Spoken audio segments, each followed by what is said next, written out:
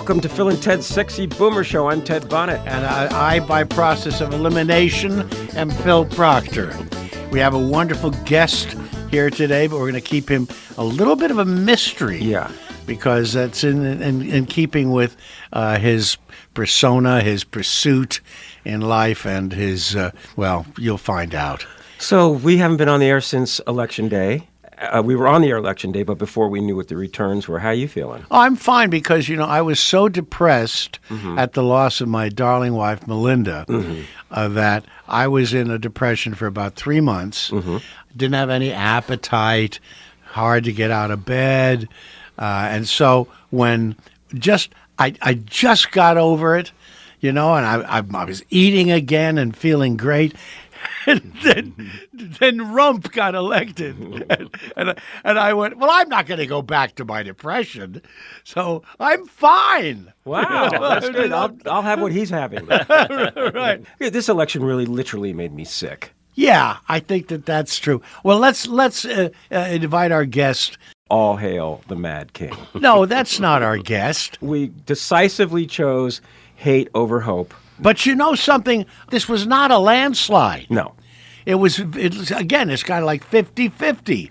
This country is absolutely, totally divided. Remember, the whiner was talking about pre-election, how they were already cheating in Philadelphia and Pennsylvania. And isn't it curious that he hasn't said anything about election fraud? Elon Musk, which spells lone schmuck if you move the letters around, has already suggested support, I'm reading it here, for replacing democracy with a government of high-status males. The theory suggests that the only people able to think freely are high testosterone alpha males, neurotypical people. I thought it was going to be a generational shift. I mean, it's going to be an uglier generational shift. It's going to be tough for 2 years, but you cannot give up because these people are pushing a deeply unpopular agenda supported by soulless wealth class, and it's not going to work. Yeah. It's going to get ugly, but we have to absolutely resist. Well, let's see if anybody comes to their senses. Well, we'll see. Once they're getting hit in the pocketbook, I'll tell you this though, I ain't going to have no black mixed race woman telling me what to do. Why do you think they call it the White House, boy? I didn't vote for the man. Yes, you did. You voted for the man. All right, well, enough of this. Let's. But you know those rich folks? What? Try getting your third home built now. Okay. This is the hardest introduction I think we've ever had to Well, make. I think we have a solution to this, though, don't we? We do. Yes. And it is embodied by our wonderful guest, John Carney, who has been patiently waiting over here, listening to our diatribe. And John is a renowned magician. I've known John for many, many years and enjoyed many manifestations of your magical act. Boy, you just have such an enormous variety of approaches to magic. But he is going to solve our problem today because, from what I understand, you're going to make Trump disappear. That's right. I'm working on a formula, a whole spell. Do you have any Eye of Newt? You have the plan of the concept? Yeah, that's Eye of Newt Gingrich? Yes, I think that might work. Listen, Copperfield took out the Statue of Liberty, and Trump's not much bigger than that. Uh-huh. But just his ego. Yeah, but the problem, if we make him disappear, right, you're going to have to put Vance in there, Stephen Miller, Bannon. I mean, you got a lot of people to make disappear. But, you're going to need a big box. Yeah. So, but we thought it was appropriate to have you on because in this age of magical thinking. And con men. The greatest con America has ever seen has now. Amazing. Yeah, it's truly astounding that people were that bamboozled. Well, I've studied con men in the past, and what makes them successful is that they inspire confidence in people, and they're usually charming and the convincing, and they're confident themselves and everything. Confident. I never saw any of this in the election at all. I mean, where a guy inspired my confidence. I go, it's so transparent. How in the world could you possibly look past all that? and he didn't really even promise anything. That's what's crazy. He doesn't even have he's not cogent enough to even promote policy. Well, he did promise a bunch of stuff at the end of his no tax on tips, no tax on Social Security. He's thrown out candy. Yeah. He's just throwing out candy. Tax cut for the middle class. Yeah, that'll happen. Cutting off heads for the upper class. Yeah. A lot of stuff. It would be interesting to see if he keeps his promise. The only thing he's going to get out of jail. Yeah. Oh, yeah. He's got to get out of jail free and and for people who are, I don't subscribe to these kind of conspiracy theories about the slow-moving coup kind of thing. But you have to scratch your head once in a while and say, well, wait a minute. So the Trump, the McConnell court, people call it the Trump court, but the McConnell court preemptively gave him immunity from criminal prosecution as president. It's all mapped out. It's all ready to go. Yep. And when Thomas and Alito finally keel over, they're just going to put in 2 30-something Roberts types and just seal the deal. But the stuff, like the talk today on the radio is all about how they've postponed the decision about the hush money trial with Stormy Daniels. Oh, it's gone. Wait a minute. But remember, the immunity is supposed to come when the president is in office. Right. But didn't that whole event happen when he was running for office? Mm-hmm. So what? Well, look, the far right has been brainwashing the nation for 40 years by the takeover of radio, the radio waves. Just what Hitler did. Hey, have you ever used hypnosis in your panoply of magical skills? No, but I did hypnotize inanimate objects. I had a character named Dr. Lawyer.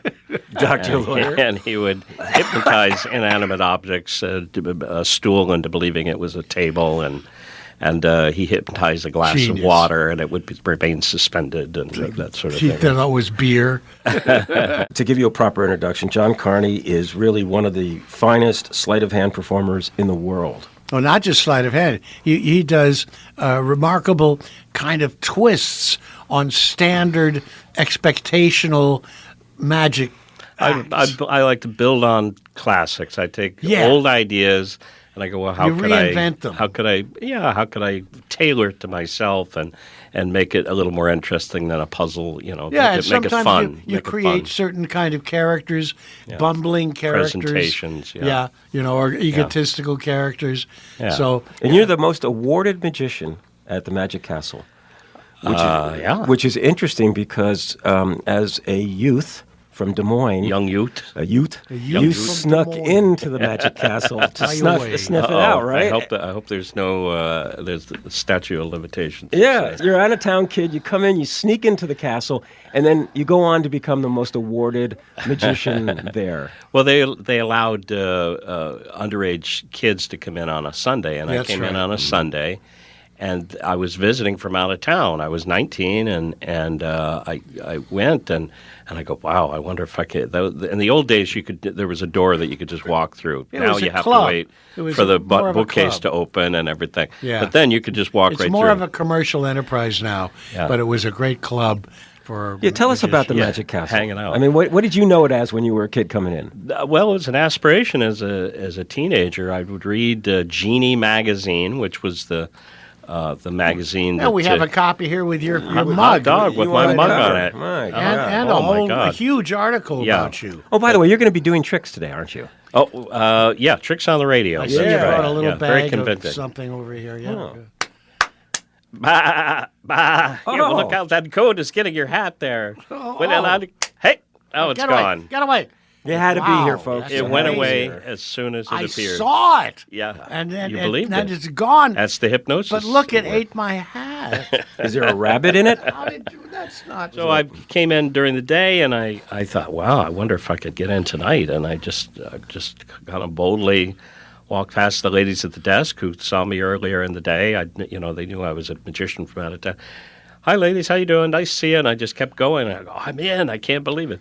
But I stayed away from the bar because I was afraid they'd get in trouble. Yeah. I just stayed away from the bar. Just watched a lot of magic shows, talked to some of my heroes. One of them was Di Vernon. I'd read his books and legendary sleight of hand. My main mentor, really, for sleight of hand. How he could do magic with those tiny little hands. What was the name? I missed it. Di Vernon. Di is short for David. Di Vernon. We used to call him the professor.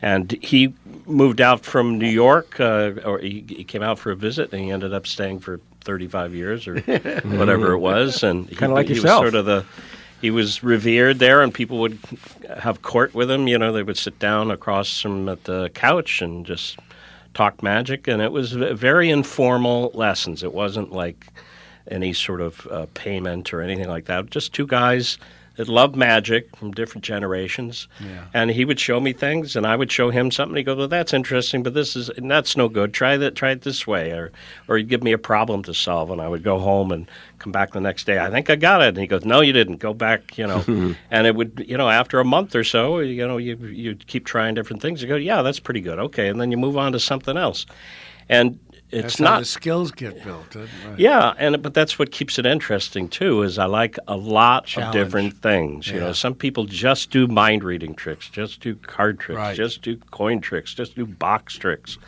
and I'm interested in all of it. If it's what's a box trick?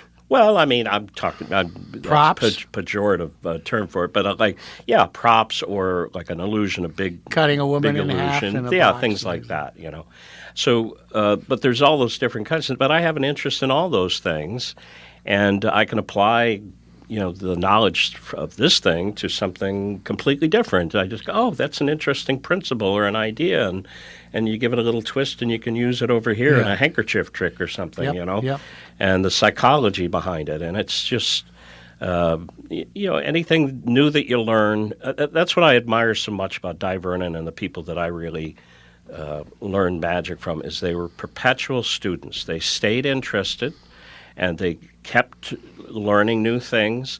And I know some guys that, they learned a few tricks when they were younger, and they're doing the same things, and they don't even do them any better. They just do them the same way they learned them, and they think, "Oh, it's good enough," But I hate that. That's the secret to a healthy life anyway, is to constantly learn.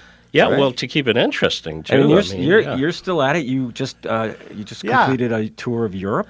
Well, it wasn't. It was actually two conventions of magicians. One in Spain and one in Germany, and there were the National Congress of Spain and National Congress of Germany. Was it in Madrid and Berlin, or where? No, it was Vitoria, Spain. Vitoria, Spain, just outside of Bilbao. Okay. And so area. It's nice. It's most of these conventions, I would say 98% of them are amateur magicians, but they love it.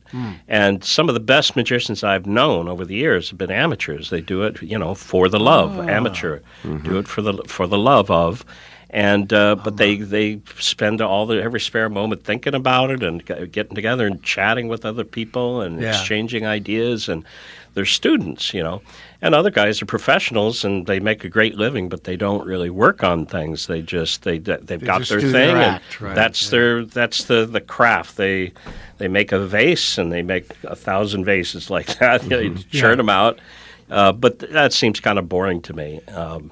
I remember distinctly a very, very telling moment for me. I met one of my heroes when I was younger. His name was Don Allen. He was a Chicago magician. He did a lot of trade shows and corporate work and things like that. And he was a little older. He got a little more bitter and, maybe drinking a little too much and everything. And, he came to this local little convention there, and I went up to him real naive. I'm like 15 years old or something, and "Oh, geez, Mr. Allen, must be fantastic. Do magic for a living." And he goes, Yeah, great. You fly across the country, away from your family and your home, and you check into the hotel, and he did a lot of trade shows, and you check into the hotel, and you go to the thing, and you're on your feet for 8 hours, and then you got to get the client later. You don't get hired the next year, and you get drunk, and you go home, and you go back to the hotel, and you wake up in the morning, you look in the mirror, and your bloodshot eyes, and you say, "I'm going to do this trick 80 times today." And I go, "Oh, my God, I never want to do magic for a living." I decided at that point I never want to do it for a living. But then I started doing other things. I sold clothes. I worked in an office. I sold shoes, all different kinds of jobs. And I was struggling at them, and I decided, I said, well, if I'm going to struggle, I'm going to struggle at something I like. And I'm still struggling today. Yay. I'm successfully struggling today. You know, but doing what I love. Doing what you It love. is one of the hardest professions, isn't it? Anything in show business is hard. And for, I consider myself a pretty sensitive person. And you need a thick skin to be in show business and to face an audience, and and there's a certain amount of failure, things that don't work, and you judge yourself. Oh, I stink, and Let's get into that, John. Well, it's a psychological. Yeah. Well, I do want to talk about the psychology behind magic and how it goes back to Mesopotamia, but out of random here, tell us like the worst room you've ever worked. Well, I remember. All these stories. I think I'm famous for having the weirdest, worst gigs in the business. I'm legendary in the magic world for bad gigs, and they all start with, "Well, I needed some money for the rent," and they all start the same, like that. Oh yeah, okay. And some guy called me up and he says, "Hey, we got a little thing at the Sheraton there, and it's a big party, and we'd like to do little magic at the cocktail party, and then maybe get up on stage and do, your comedy magic." And I go, "Oh, yeah, great. Oh, boy, here's some money." So I went, and I arrived, and it was a convention of people that had laryngectomies, that had their voice box removed. Oh, no. So did you do box magic? So half the people had their larynx removed, and the other half were their spouses and whatever. And so I'm walking around doing card tricks at the cocktail party, and they, I hear the same cliches all the time, but here I'm hearing it. They take that little device and hold it up to their neck, and he goes, "I wouldn't want to play cards with you. I'd take you to Vegas, make my wife disappear, all that stuff." And I'm going, "Oh, this is so strange, And then I get up on stage afterwards to do after the dinner. I get up and do a stage thing, and I'm doing comedy, so I'm used to hearing ha ha ha laughter.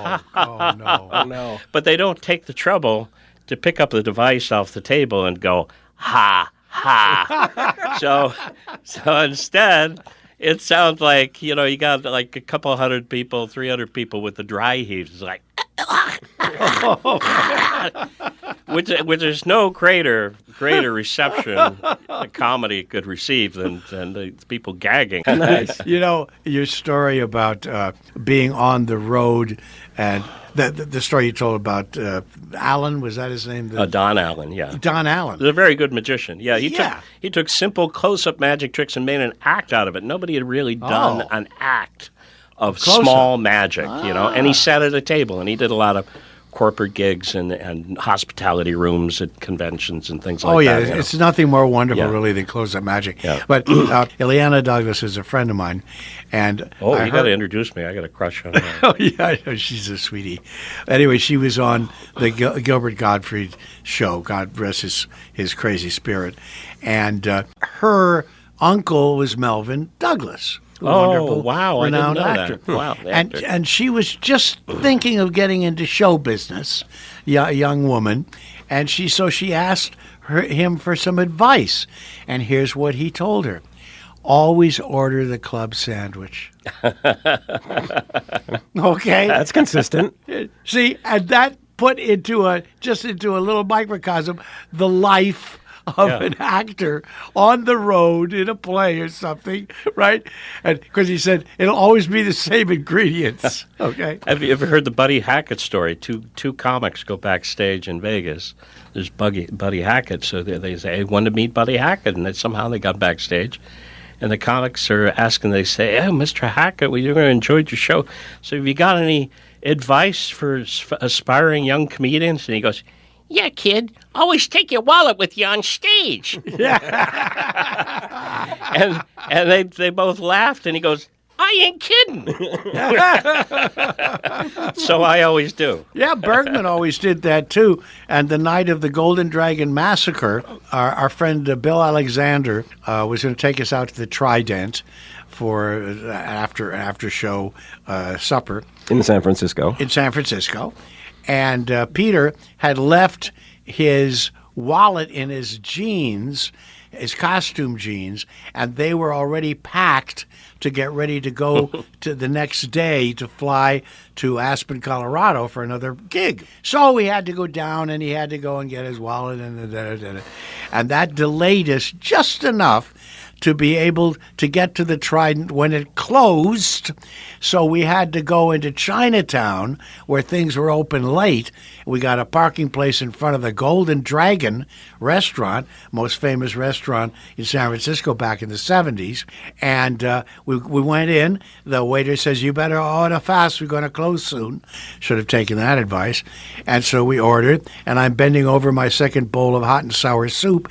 Bang, bang, bang, crash, crash, scream, scream. Stuff flying over my head. Oh. 3 Joe Fong gang members came in with a shotgun, a machine gun, and a pistol.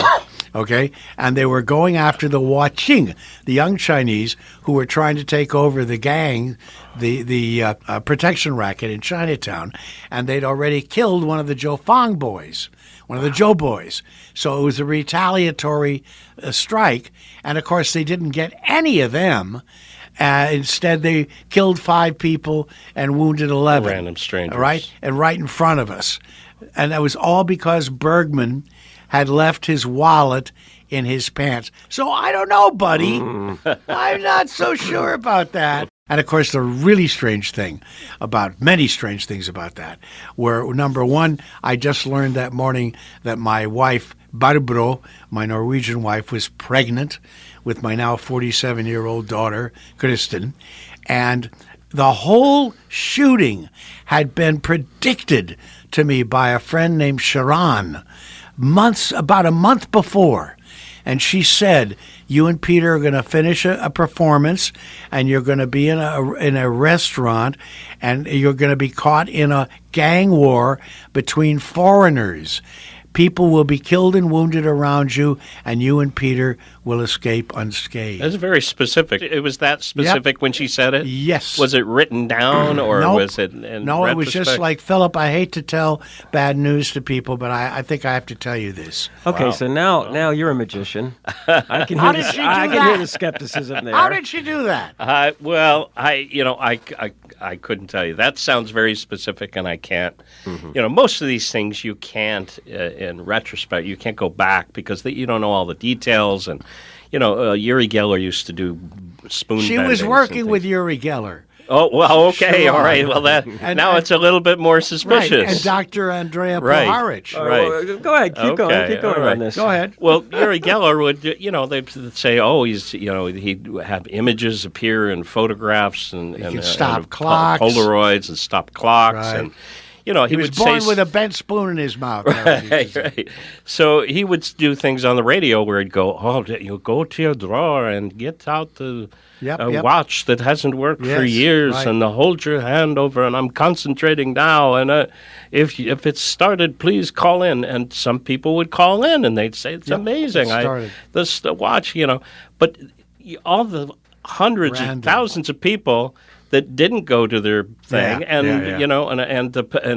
a few took it out, and none of them worked, and maybe like 4 you jostle it after you haven't touched it for a while, and it kind of runs for a few minutes, and you go, "Oh, he fixed it." Yeah, springs will do that. He takes credit for it. All right. Well, here's how that happened. Peter and I were performing in Chicago before we went to San Francisco, the Great American Music Hall, and Uri Geller was just making his splash, okay? And I read an article about him, and I got excited. I said to Peter, "I got to meet this guy. We got to meet this guy." And Peter goes, "Yeah, okay." And so the next day we go to New York. We're playing the bottom line or the bitter end or the bitter line or the bottom end, whatever it was. and there was a message for me from somebody named Sharon. I didn't know anybody named Sharon at the time. And it said, "Uri Geller wants to meet you." Okay? That's what the message was. And there was this area code like Woodstock or something. So after the show, I made some jokes about Geller. And then after the show, I call up. Turns out her name used to be Sharon. And she was married and changed her name to Sharon. And she was working with Uri Geller and Dr. Andrei Baharch in Ossining, New York, doing research. And they would be going out to the Negev desert and talking to aliens. And I was introduced to this extraordinary world. And it was that very night that she predicted the shooting I was in. So this is magic to me. But this is well, like there's no direct explanation. For I can't give you. Yeah, good. But a lot of times it's people saying ambiguous things that you take as being very specific and the after. It's interesting that magicians, by and large, are logical and at times cynical about the way the mind wants to, wishful thinking, magical thinking. To suspend logic for desire. And I'm not saying that's what you did, Phil. I'm just saying is that because I've had weird things like that happen to me. Yeah. There are I know you have. There are synchronicities. What is your take on Uri Geller? He's absolutely a magician. There's no question in my mind. He's a magician. But he's got a new presentation and everything. But I don't like, that he makes people believe the thing. I actually studied a lot of mind-reading magic. And I knew you were going to say that. And cold reading. Cold reading is reading a person just walking in off the street. You look at their shoes. They say, you can tell a lot about a person from their shoes. How much money did they make? Or, let's start looking at the jewelry. Maybe there's a little tan mark on the fingers, so they're recently divorced, or they look a little sad. So it's what you call the tell. The tell. They all got a tell, and you just bring this all in. The psychics will bring this all in, the tarot readers or whatever. And then ask leading questions. And then ask leading questions, and you end up giving more information than you think they do. They say, I see a dark-haired man with, I don't, and they look at your face going, I don't think, no, dark, no, kind of, with glasses. And they go, glasses. Uncle Harry has glasses. Yeah. And they go, Uncle Harry? Dark hair, Yes, Uncle Harry, that's it, Uncle Harry. And then you just keep, Harry wants you to know that he's thinking of you. How long has he been dead? Oh, Harry, no, he's still alive. Oh, that's right. But he's going to die, though. Yeah, it's twisting language, we're all going to die. Twisting language, and making ambiguous statements, and looking for a reaction on their face, like the puzzled look, or like what could that mean, or an excited look that says, "Oh, you really hit it," and later they go, "He knew my Uncle Harry's name. He knew this thing. He knew this," and you told him all that stuff. They just led the thing, but it can be very, very convincing. If you want to go down to the Venice Boardwalk and meet a psychic, what your trick to see if it's for real or not is to go in there with don't give any information pertaining to what you asked them to do, and maintain poker face. Is that what you're saying? Then what's the point of going to a psychic? Yeah, you could just give me the $20. It's like you're actually, what you're doing is you're reading what you need to know. The fortune cookie. Through a medium, if you will. Right, and they think it's a higher power that's giving them the right answer. They want the right answer, and there is no right answer. You're giving yourself the right answer. Yeah, you're all right, so the psychology of magic, which is kind of what we're just discussing right now. I'm sorry you didn't run on the Democratic ticket. What did you see in the bigger picture as far as the illusion of what happened in the last few months and what happened on last week? Well, Neil Postman, the communications professor, he wrote a book called, what was it? The Postman always runs twice. Entertaining Ourselves to Death. Always votes twice. The Postman always votes twice. Entertaining Ourselves to Death. That's the Neil Postman.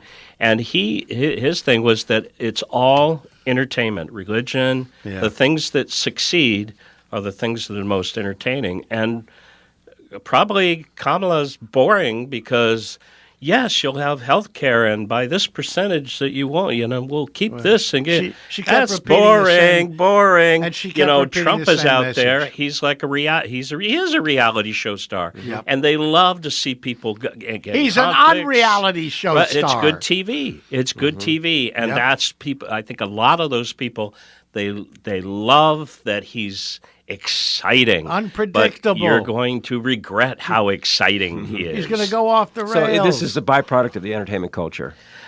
Yes. I mean, and I personally, I don't like reality shows at all because a lot of them just they reward the worst behavior. The people that become stars on those shows It's true. are the most arrogant and the most careless. And they say that meanest. they say that's Meanest. because it offers the audience an opportunity to feel better about themselves, that they're Yeah. better than the person they're observing. But I think some people aspire to that. They go, geez, I wish I could tell my boss Yeah. off like that. I wish I could tell my girlfriend that, or Well, I wish you I know, could disregard them so like many that. people say that they like Trump because he is saying what I'm thinking, Oh, my which is God. a terrifying idea, Right. right?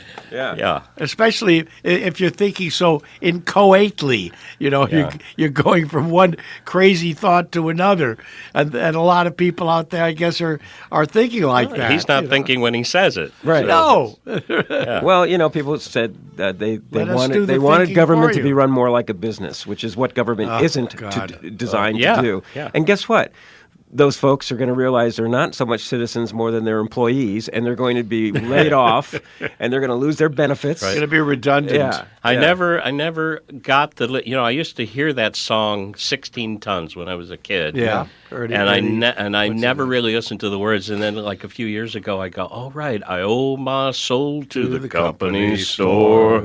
So they're keeping you they want to keep you, give you just enough money and keep you alive and health care just enough so that you buy more things or that you serve them in some you way can't or you walk go away. to war when they want Yeah. that. Yeah, they just enough, and the rest of the time you're always in debt and you're always Well, when $50 trillion floats up to the 1% over the last since the Reagan days, that's where the money and the power is, and they're not going to let it go. You've just elected sociopaths. Good luck. So, but now let's go back again in the context of magic in history culturally. Magic goes way back, Mesopotamia. The ancient old societies. rod to snake trick. And this is before that's in the Bible. A naja, That's naja snake is a type of snake that Stiffens looks up. like a stick Yep. and freezes itself to disguise itself to look like a stick. Yeah. And you pick it up and you can hold it. It's stiff, and when you throw it on the ground, it crawls away. And the watch is Wow, ticking again. bit- you biblical. could do the Bible circuit now. I could start my own religion. Yeah. So I'm not supposing that you're a historian of magic, but I'm sure you've thought about it a little bit about the impact of what magic was in various. Well, you've written several books about magic, haven't you, John? Yeah, well, mostly technical books and sort of But obviously, presentation books. you've been interested in the history. Oh, of magic. sure. I'm very interested in the history, and and originally it was like religions. That was a way to get Right. Bring me your virgins and put a big barrel of fruit and food in front of this altar, and No, I tried a that. voice would appear. I from, tried that. I couldn't get to first base. And and a voice would appear, or a steam Right. power would move a big wall, Yep. brick wall outside, and it was a religious thing.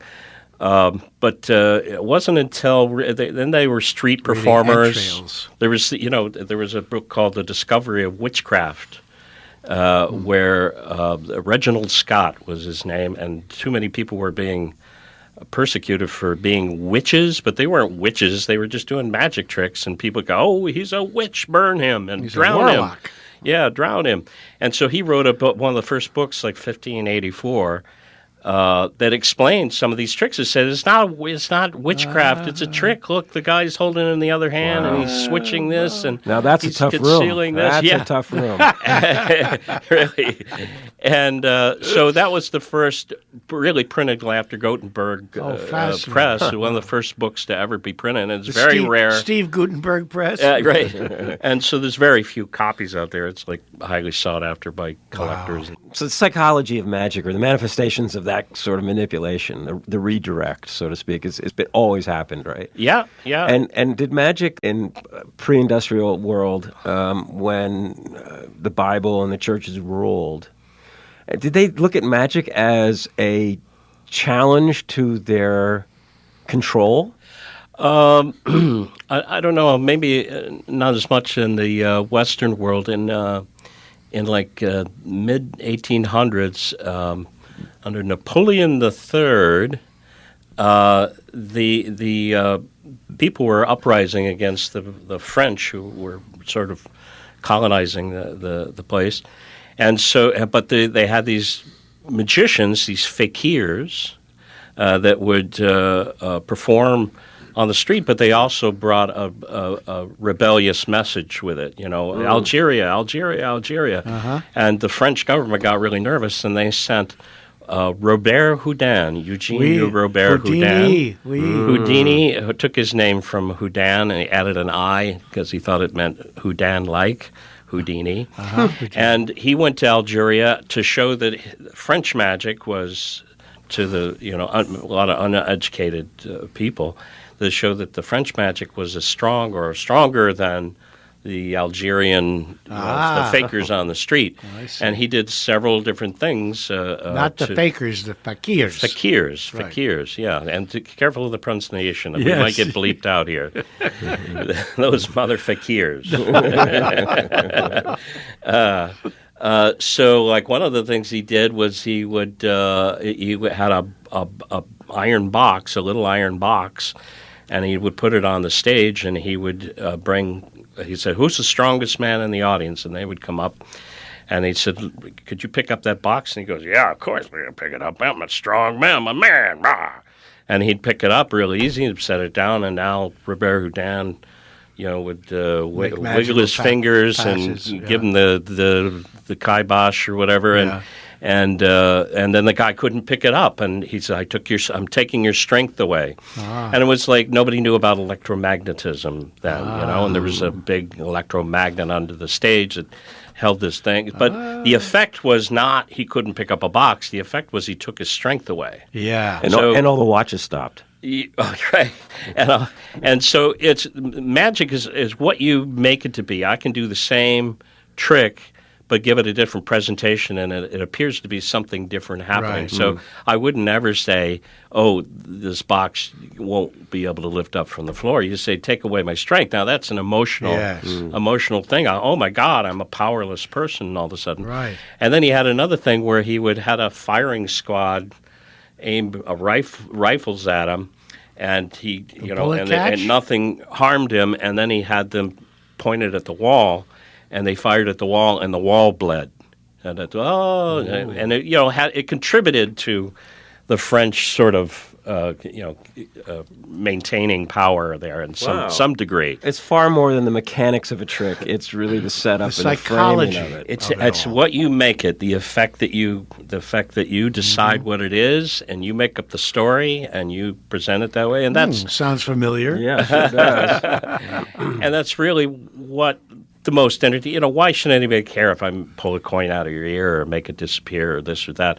But if you can have some sort of presentation where it's kind of fun, like, I was on the street and this guy, did the 3-card Monte and he ripped me off, and and the money appears and the cards are moving, and then it's a little bit more emotional attachment, or it's more entertaining, and that's fun. You're a storyteller. Yeah, I'm a storyteller, and it's interesting that my my two biggest influences are completely different. Yeah? On one side, it's Di Vernon, technical, ingenious technique and innovative ideas and psychology and all this great skill that he had. And on the other end, Carl Ballantine, one of my very favorite I adored him. performers ever. And Vernon was all technical and everything, and at his name was Carl Sharp, Is that his real name? yeah, Carl Sharp, or that was another stage name. Kester, I think, was his actual name. But he did just classic sleight of hand of the time, producing cards and billiard balls and things like that. But then he found he got more work just doing a parody of magic, and nothing worked. Nothing worked. It was just a hilarious character and his reaction to things, and everything went wrong. I can remember the disappearing dove act he had, where all he had left were a bunch of feathers. Yeah.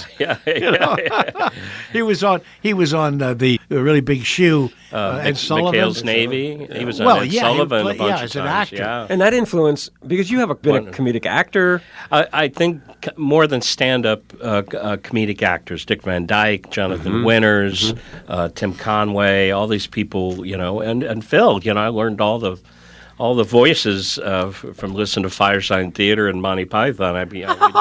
We did all those voices, in our family. Yes, you stupid fool. I had a 2-reel tape recorder, personal recorder, 2-reel, and I recorded it off of the progressive FM radio. When nobody had FM radio, I put this thing up there, and I recorded a couple of the routines, and I learned them by heart. Firesign. Yeah, Firesign. Yeah. Now, how many years have you been doing this, John? Professionally, I don't know, 40 years, I guess. 40 years. Yeah. And you still enjoy it? I still enjoy it. Do you have any upcoming performances at the Castle? Yeah, I'm there. Right. And then in December, I'm at Marvin's Magic in La Quinta, which is outside of Palm Springs, La Quinta, California there. Beautiful theater there called Marvin's Magic Theater. And if anybody's anywhere near that area, I'd love to have you come by and watch the show. You mentioned a wonderful Mark Twain quote to me. Oh, well, I guess it applies to the election as well. Yes, Twain said it's easier to fool someone than to convince them that they've been fooled. Nobody likes to admit that they've been fooled, and they'll double down. But in my case, I try not to. It's not so much about trying to fool people. It's not a puzzle. Right. It's not an intellectual challenge or anything. I just want people to be surprised and have this feeling of wonder, which we take everything for granted. Our phones, it's like, oh yeah, it's bouncing off a satellite, and they're sending me pictures, and I recorded this thing on this little palm-sized thing, and we take it all for granted, and you go, you're not. People don't look up at the stars anymore. They don't think about critical thinking and situational awareness. Pretty much. Yeah. You brought some tricks to do on the radio, did you, John? Oh, I don't have any tricks to do on the radio. You don't? No, so that elephant down the hall was not part of your... Okay. Later. It's up my sleeve. Want to talk about your books? There's one book that it's okay for the public or for beginners. It doesn't matter if you're an executive, you just want to show some friends some tricks, or if you're a kid just starting out. I do a goofy character called Mr. Misto, and it's Mr. Misto's Wizard Academy, and that's simple gags and tricks that you can do for your friends, and it also gives them very simple advice, about having a presentation and how to practice and all that kind of thing. But most of my books are very technical, so if you're not a magician, you're probably not. It's pretty heavy. CarneyMagic.com. CarneyMagic.com. You can also contact me there to do shows for you. Do you have and pay me money to do a show. Do you have anything on YouTube? I've got a few things on YouTube. You could probably look up Mr. Misto, M-Y-S-T-O. Yes, as in mystery. M-R period, Misto. And Mr. Misto is just a goofy character. He's a combination of a lot of different characters. It's a little bit of Ernie Kovac's Percy Dove Tonsils. Great inspirations. Right. A little bit of Don DeLuise. He used to do a crazy magician. I was on a show called Talent 63 on CBS television when I first, was starting in the business. And Dom DeLuise did his magic act with Ruth Buzzy. Oh, wow. Right? Oh. And I remember he So funny. put Ruth into a box, and he did some magical things. I am going to move her now from this box into the box on the other side of the stage. And he'd do it without a pistol. And he'd walk over to the other side of the stage. He'd open the door slightly. She's in there, all right. Oh, man, what a sweetheart he was. So I love comedy, but I didn't want it to be completely a parody. So I wanted it to be Right. good magic. I want the magic to work, maybe in spite of himself. Misto, it's not like he's so great. It's like somehow it worked despite his incompetence. But I wanted the magic to work. So I have several characters in my show where I do characters, but I try to get the comedy out of it, but also it's an amazing trick. How in the world did you do it? How much time do you spend developing new acts or, practicing your All the your time, stuff? yeah, all the time. I always got something going, and I have a list of things that I go, well, that's a premise that I should explore. That's something that I could, there's a basic idea, and I just want to build on it, and always something to work on. In the minute we have left, in this age of magical thinking, if you could give a tip as far as the magic of a redirect, how do you smell a redirect? Because I think there's going to be a lot of that going on. Misdirection. Misdirection. She's talking about misdirection. Misdirection. Right. Yeah. Well, I dated her. I wish I had a simple answer for that, but you do have to be a critical thinker and think for yourself. You think for yourself. Yeah. And don't take the first thing that you hear, as and truth. use your, and be compassionate, for crying out loud. Why wouldn't you Yeah. be? Why wouldn't you care? It's why do you have to say you're supposed to care about your fellow human beings? It's like if you don't hang together, you're going to hang separately. Yeah. Well, John Carney, On that happy note, thank you so much. I think we're going to you're have a swinging kind I'm of going to go guy. hang myself. That was wonderful. Thank Thank you you, so John. much. Fun. You've been listening to Phil and Ted's Sexy Boomer Show. I'm Ted Bonnet. I'm Phil Proctor. I'm John Carney. And you're John Thank you, Carney. John. And everybody out there, we're going to get through this. Hang in there, kids. See ya.